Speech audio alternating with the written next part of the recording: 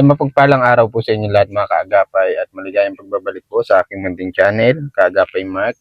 Please like and share po ng ating mga upload videos at pakisubscribe na rin po mga kaagapay. Bali ngayong araw po mga kaagapay, huling araw ng buwan ng Abril. Yan, pasado alas 4 na po ng hapon. Bibisitahin po natin si Papa P, kakamustahin po natin yung binigay natin sa kanila na munting puhunan. Noong nakaraan lamang po ay binigyan natin sila ng pampuhunan para makapagtinda po sila. Update ko po kayo mga kaagapay at ngayon po may bibigay po tayo kay Papa P, especially kay Ate Lida. Yan, magbibigay tayo ng 2,500 galing po yan kay Sir Purge. Maraming salamat po Sir Purge sa blessing na ibinigay nyo para sa pamilya ni Papa P. Especially para kay Ate Lida. Kay Ate Lida po natin bibigay mga kaagapay kasi may nag-message sa akin, itong si Papa P pala ay madalas nag-iinom. Hindi na namamasada mga kaagapay. Yung obligasyon niya sa pamilya niya na papabayaan niya, pati yung sa manok. Kaya pasensya na po mga kaagapay kung medyo masesermonan ko si Papa P. Ito yung nararapat o dapat gawin para at least kahit paano matauhan si Papa P na yung addiction niya sa kape, alak, hindi na normal yun mga kaagapay. Parang halos araw-araw niya na ginagawa. Napapabayaan niya yung pamilya niya. Pati yung binigay sa kanyang panghanap buhay, yung pag-aalaga ng manok. Payat na daw po yung mga manok mga kaagapay, may nakapagsabi sa akin. At namatay na rin po yung ibang alaga ni Papa P. Maraming salamat nga po pala kay Sir Purge ng USA kung di ako nagkakamali. God bless you always po sir at sa inyong family. Ingat po kayo palagi diyan. Yan, samahan niyo ako mga kaagapay. Okay lang kung mabash ako, sanay naman na tayo dun. Puntahan po natin si Papa P. Yan, kamustahin po natin. Dito na tayo kala Ate Lida. Ate Lida, magandang hapon po. Mo daw po itong mic. Ito na yung mga alaga ni Papa P. Diyan mo daw po, ipit mo daw po. Paano po ito? Ay, ganito po. Ganito po. Ayan. Gandang hapon po. Ayos ma'am po. Uy, may tindahan na si Ate Lida. Hindi. Ano po nagsimula Ate Lida? Nang pong pagkaalis mo lang po. Ano po? Nito lang po pagkaalis mo lang po ngayon po. Ito lang po buwan na ito. Opo. Dapat nga po, dadaragdagan pa nga po. Dapat po mapuno-puno po. Ano po ako mga dilatan, mga sardinas. Okay. Asan po si Papa P? Naroon po, nagpapasada po, nagpaparapadyak po. Buti namamasada na. Opo. Ay kaso pag uwi po, lasing. Lagi. Opo. Araw-araw Tuwing gabi-gabi po yun. Papa P talaga Hindi na nagbago. Ano po? Eh, hindi na yata pumabago. Hanggang yata yung magtanda na po yata yun. Puro inom. Opo, hindi ko makaya na kung sabihan. Pag gusto niya, gusto niya. Paano yun Ate Lida? Pag binibigyan po kita ng pera, kinukuha niya sa'yo, hindi na? Hindi man po. Wala man po siyang pakialam. Di man nangungulit, di ka man po Hindi man po. Wala man po. Tinda man po si Ate Lida. Ang galing talaga ito si Ate Lida sa tinitindahan. Pangarap mo po yan Ate Lida? Pangarap ko po para sa mga bata. Para po hindi na malayo mabibilhan na po yung mga bata. Saka po yung mga kapitbahay ko po. Anong oras po ang uwi ni Papa P? Nauwi po yung minsan po ay parang ano na po, mga alas 12 na po. Parang binata nga po yun. Parang pinata. Oo po. Swerte ni Papa P, Kung nandito lang yun, malamang nasermonan ka na yun. Ay, ano pa po. Imam po. Kamusta naman pag umuwi po siya, may kita? O napunta sa alak? Pag dadating po, may daldalang ulam lang. Sapat na yung ulam lang. Isang kain lang po. Oo, parang isang kain lang. Pagka umaga, nag-iisip ako kung ano. Saan na naman kukuha ng pagkain? Opo. Kaya minsan po yung kahit po may reklog, sabi ko, ito po babayaran ko itong tinitindahan ko kahit isa lang po. Binabalik mo din tao? Opo, ano ko man lang po. ito ang kinabibilipan ko kay Ate Lida, mga kaagapay. Masinop sa pera si Ate Lida, talagang inuuna niya yung para sa pamilya niya, lalo sa mga anak mo po, ano? Opo. Kamusta man Ate Lida? Tama man po yung sukli mo. Tama man po. Basta po may mga presyo man po. Kagaya po nito, 9 po. Ito, Sinusulatan po. Magkano po ito? 9 po. O magkano po ang tubo mo dito? Parang ang tubo ko na lang po yata dyan ay 2 na lang po. Yes. Opo. At least meron po. Ano? Opo. Tapos ito may 17. Yan po. May tubo ka na po dyan. Opo. Kagaya po nito. Siya rin po 8. Ayun, very good si Ate Lida talaga. Ay, si Papa Pilang talaga, ano? Ngayon po. Wala pong Hindi nagbibigay sa'yo ng kita. Hindi po. Parang ang ano po niya ay sa kanya lang. Kaya hindi na po ako nag-iintay ng intriga niya. Kaya dito na lang po ako maano lang dito sa paninda. Ba't simula nung binata, bago po kayo magkaasawa ni Papa P, ganun na po talaga siya. Opo, parang inom na talaga po siya. Sabi daw po niya, panagkaanak po daw siya sa akin, hindi na daw po siya mainom po. Eh, ngayon po baga, wala rin po pala sa salita pala po yun. Parang yung kinakain niya sinasalita. Parang wala rin po. Hindi nagbago. Hindi rin po talaga mabago. Tinatsagaan mo na lang. Tinatsagaan ko na lang po. Para ayoko lang po kahit Gulo. po. Ayoko na po ng maingay. Data po baga po sa nagtitinda ka ay gayon. Kahit na ayoko. Sa inyong dalawa po, sino ang pinakamadaldal? Ay siya po parang babae. Tuloy-tuloy na po yun. Ay ako po kahit yung po salita ko, lipas lang po yun. Si Papa P talaga ang Ay pinakamadaldal. opo, hindi po parang babae. Kung ano-ano pa po sinasabi. Ikaw, naalis ka na lang po. Naalis na lang po, natalikod na lang ako. Napunta na lang po ako sa likod. Nagkakaluhan na lang po ako. Kasi may nag-comment noon sa akin, Ate Lida, yung mga sinasabi daw ni Papa P hindi totoo, na yung niyayaya, tinataboy daw siya sa mga inuman. Totoo ba yun? Nung hindi na siya inaakit. Kasi nga daw si Papa P pag nagiinom walang ambag. Yung ganun yata po, di ko man po nakikita. Mm. Pero po dito sa mga kapinsanan ko, sabi ko, yung pagparaakitin yan, ganito yan. Pag nagkasakit ka kuya, hindi naman kako ninyo maalagaan yan. Paano? Ikaw din ang mahihirapan. Ako Bilang asawa, siyempre. Ano?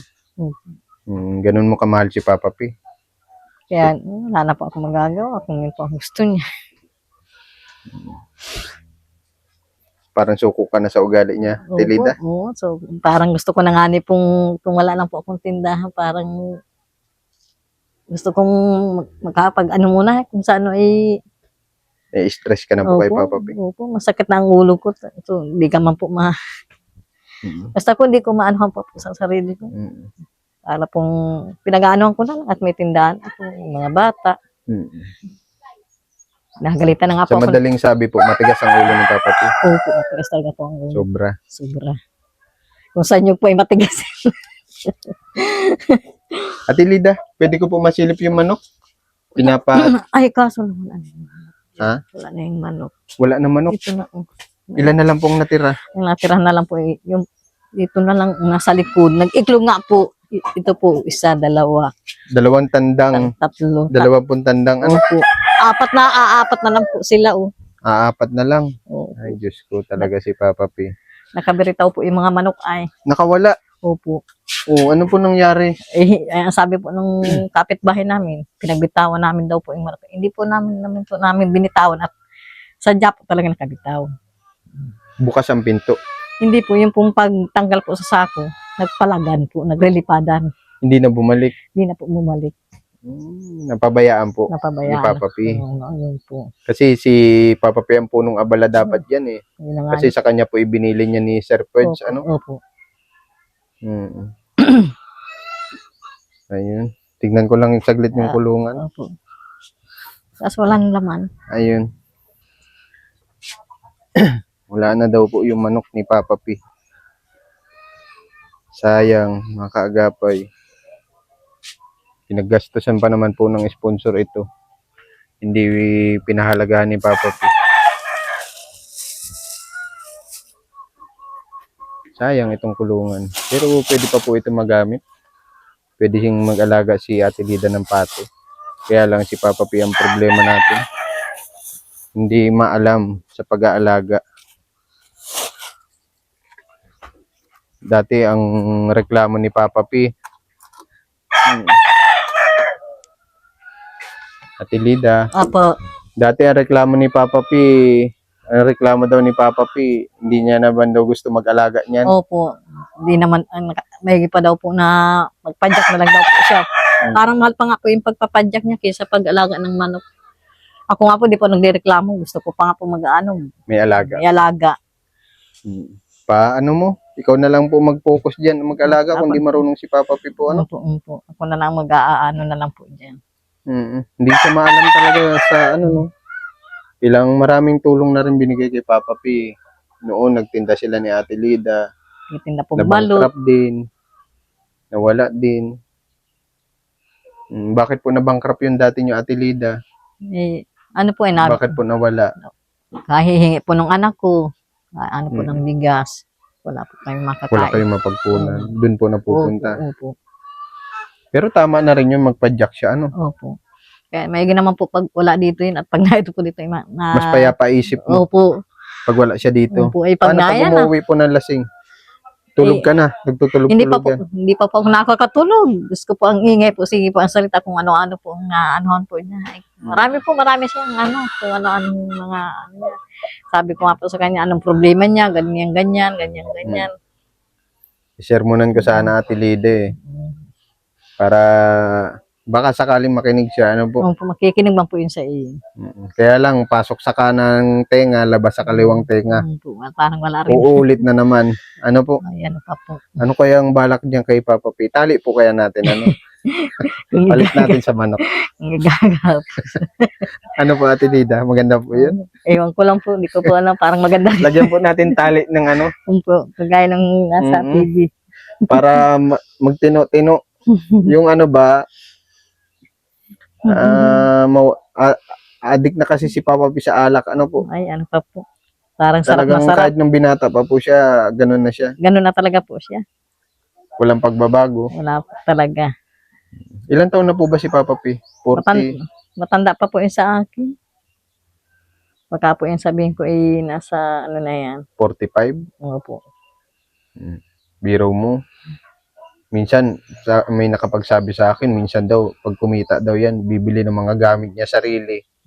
Yun na po, sarili niya. Inuuna daw yung sarili. Kahit po brief niya. Uunahin niya. Po. E paano po kayo? Ganyan Bibigyan lang kayo isang noodles, isang hotdog, ganun lang po. Oo, tama na po. Yung sa amin mag-ina. Sarap ng buhay ni Papa P. Ano? Dapat, kung nandito lang talaga si Papa P. Inda ko na lang Ate Lida. Totoo kasi ako kay Ate Lida. Masinop siya sa pera. Talagang pag sinabi ko, Ate Lida, babalik po ako dito. Natupad talaga si Ate Lida. Ay, gaya po niya, nagtinda siya.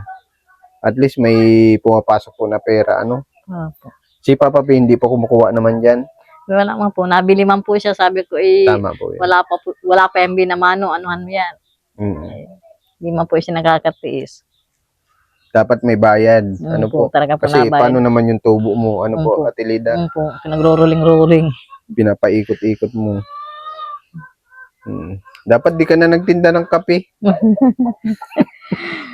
Minsan rin po ay nakape rin po ako ay pag Nakape ka din. Si Papa P kasi maya-maya ang kape. ay po. Matutulog na lang po, nagkakape na. Kaya siguro hindi nataba ng mabilis. Ano po, Ate Lida? Oo. Yan At ang kape hiling ng kape. Alak ng alak. para pampahingaw daw. Pampahingaw, ano po yun? Opo, pampahingaw daw po para timplahan kape. Kaya po minsan pag nagpapatimpla, ay sabi ko, Galit. galit pa po. Kaya parang hindi na rin po akong, wala na po akong magtimpla sa kanya. Kaysa mag-away pa kayo, ikaw na lang po yung naiwas. Opo. Gaya niyan, sinuntok niya yan, mga kaagapay. Opo, na ito po. Biro mo yan, hindi ito niya pa- pinahalagahan yung Na ito pa nga bahay po. na binigay. Ayun, meron pa pala. Meron pa po. Kaya gusto ko na po nga yan, Sinuntok niya din. Opo. Dapat talaga itali na yan, Ate Lida, paglasing, ano? Opo. Lalo na po pa nagtag-ulan, butas-butas na po yan. Ganito, Ate Lida, may sinabi sa akin si Sir Purge. Huwag ka sanang masaktan, ano? Opo. Kung si Papa P, pag hindi nagbago, hindi na tinigil yan, titigil na rin po ni Sir Pudge yung tulong. Ano? Opo. Sana po maunawaan mo, ha? Ako man naaawa sa iyo, sa mga anak mo. Pero kung yun ang desisyon ng sponsor, wala po tayong magagawa. At para matuto maghanap buhay si Papa P. Ano po? Opo. Dati nung walang sponsor, nakakapaghanap buhay siya. Gaya po ngayon, di ba? Wala po nagbibigay. Opo. Nagpapadyak siya. Wala nga. Pero nung may mga dumadating blessing po sa inyo, biyaya, hindi siya naghahanap buhay. Sabi sa akin ni Ate Lida, may nakapagsabi sa akin, Ate Lida, nangungontento daw si Papa P pag may blessing. Samantalang ikaw, kayod ng kayod. Nakikipaglabahan ka pa po, di ba? Opo, pag gani ba po may pasukan, yan. Pero pag wala pong pasok, Nag-iipon ka po ng gamit ng Wala. para sa mga bata. Wala pa po ngayon. Sa ngayon po, mapasukan, wala pa po gamit. May enrollment na din sila. Ano? Malapit na po. Alam niyo mga kaagapay, naaawa naman ako kay Papa P. Naaawa na naiinis. Mas lalo sa asawa niya, kay Ate Lida. Mas naaawa ko kay Ate Lida sa mga bata.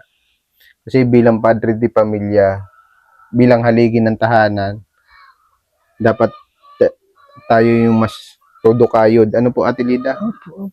Tapos yung kita, ibibigay sa iyo para ikaw magbabudget. Kasi ikaw magaling sa pera.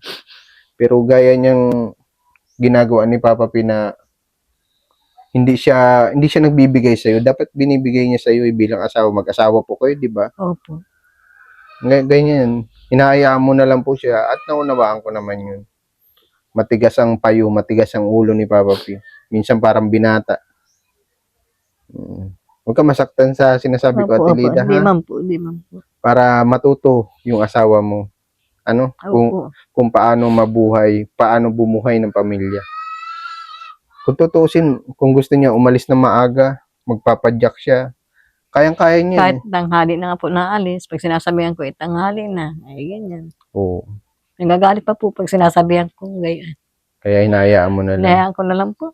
Kaysa para-away kayo. Opo. Sabi ko nga. Sinuntok niya, oh. Tingnan mo, paggawa ng sponsor ito, eh. Sabi ko nga po, wala pang gasol. Napista po nga ni. Kahit po may okay lang ba sa'yo, Ate Lida, pag lasing si Papa P, tali ko? Ayun po, okay na po yun. Kahit may talian na po sa paa para hindi na makakawala. Palit natin sa manok, ano? Tapos yung manok ang magpapadyak, ano? Opo. Ate Lida, may pinabibigay sa'yo dito si Sir Pudge. Ayoko pong malaman sana na kung pilit kukuhain sa'yo ni Papa P to, ha? Opo. Sabihin mo po, bigay yan ni Sir Pudge. Opo. Kapag yan kinuha mo, magagalit sa'yo si Kuya Mark. Opo. Ano, Ate Lida? Opo. Eto, ikaw ang magaling sa pera. Hawakan mo po ito. Magkano po yan? Ano po, 2,000 po. 2,000. Magaling magbilang na si Ate Lida. Plus ito po. Ano po? 2,500. 2,000 po. 500 po. 2,500 po pala. Yan, bigay po yan ni Sir Pudge. Ang kabilin-bilinan sa akin ni Sir Pudge, sa'yo ko daw po ibigay yan. Opo. Ayokong malaman na magsusumbong ka sa akin. Opo. At ako talaga ang magtatali kay Papa Piano. Opo. Ano pong message mo kay Sir Pudge? Sir, maraming salamat po na naalala mo pa rin po. Ako po bilang sa mga anak ko po. Maraming salamat po. Sana po tuloy-tuloy po sa inyo yung blessing. Mag-ingat po kayo palagi. Sana po tuloy-tuloy po ang blessing na dumating po sa inyo. Maraming salamat po. Yun lang po. Mag-iingat po kayo palagi. Lagi ko po kayo pagpe-pray. Yun lang po. Salamat, Ate Lida, ha? Naawa kasi ako dito kay Ate Lida. Itong si Papa P kasi matigas ang ulo. Biro nyo sisirain yung gamit sa bahay. Malas yun, Ate Lida. Tama po. Opo. Yung binigay sa'yo ng sponsor na patayong bahay, sasapakin mo. Sabihin mo sa kanya, Papa P, Ate Lida, nagpunta po si Kuya Mark dito. Opo. Kapag inaway mo ulit si Ate Lida, si Mark na ang magtatali sa'yo. Ha? Opo. Sasabit natin sa puno. Pati warik, ha? Opo. Para magtanda. Ano? Opo. Ayoko kasi bilang asawa, marespeto kasi ako sa mga babae. Lalo't pares po tayo, may asawa tayo, ano? Dapat ang babae nire-respeto. kapag, sabi nga nila Ate Lida, kapag mahal mo yung asawa mo, gagaan yung buhay mo. Ano po? Opo. Magaan yung biyaya. Opo. Mm. Ano? Sabihin mo po yan ha. Totoo yun, sinabi ko. Opo. Pag sinabi ko po kung ano-ano na po ang para pong babae na eh. Sabihin mo lang isang beses. Opo. Tapos mag-alis ka na. Opo. Yeah? Opo. Para hindi niya na ulit-ulitin yung ginagawa niya. Oh. Kung nandito talaga yun, sisermonan ko yung sa harap mo, Ate Lida. Opo. Salamat, Ate Lida, ha. Salamat po. Ingat ka palagi. Naway pagpalain ka pa ng mahal na Panginoon. Gabayan ka sa lahat ng oras. Siyempre, ganun din yung mga sponsors na tumutulong sa inyo. At pakaingatan kayo, ano. Sana lumago pa. Yung tindahan mo. Opo, lalago pa nga po ito. Kailangan po mapuno pa po. Very good talaga si Ate Lida. Maraming salamat, Ate Lida, ha. Lagi ka pong mag-iingat at laging magdarasal. Opo.